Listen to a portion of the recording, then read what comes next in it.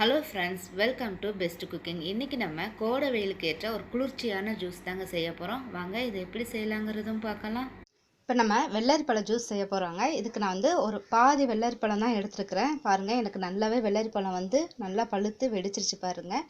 இப்போ என்ன பண்ணுறீங்கன்னா, இதோடைய விதையெல்லாம் தனியாக எடுத்துட்டு இதில் உள்ள தோலையும் நீங்கள் எடுத்துட்டு இந்த சதப்பகுதியை மட்டும் தனியாக எடுத்து வச்சுக்கலாம்.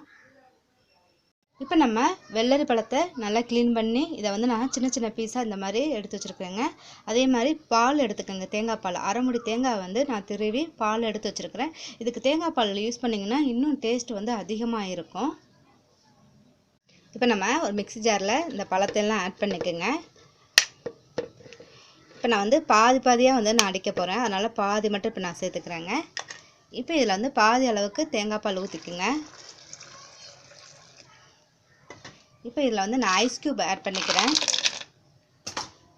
இப்போ சர்க்கரை சேர்த்துக்கலாம், இல்லை நாட்டு சர்க்கரை எது வேணால் நீங்கள் சேர்த்துக்குங்க. இப்போ நான் சர்க்கரையை ஒரு 2 ஸ்பூன் அளவுக்கு நான் ஆட் பண்ணிக்கிறேங்க. இப்போ இதை நல்லா நம்ம ஒரு 2 நிமிஷத்துக்கு நல்லா பிளெண்ட் பண்ணிடுங்க. பாருங்கள், இப்போ நமக்கு வெள்ளரி ஜூஸ் ரெடி ஆயிடுச்சு. இப்போ இதை நம்ம ஒரு கிளாஸில் சர்வ் பண்ணிடலாங்க. ரொம்ப எனர்ஜியான ஒரு ட்ரிங்க்குங்க வெள்ளரி ஜூஸு. அது இல்லாமல் இந்த சம்மருக்கு ஒரு காம்பினேஷனான ஒரு ஜூஸ்ன்னு சொன்னீங்கன்னா அது இந்த வெள்ளரி ஜூஸ் தாங்க. ஏன்னா இந்த கோடை வெயிலுக்கு ரொம்பவும் குளிர்ச்சி தரக்கூடியது இந்த வெள்ளரி.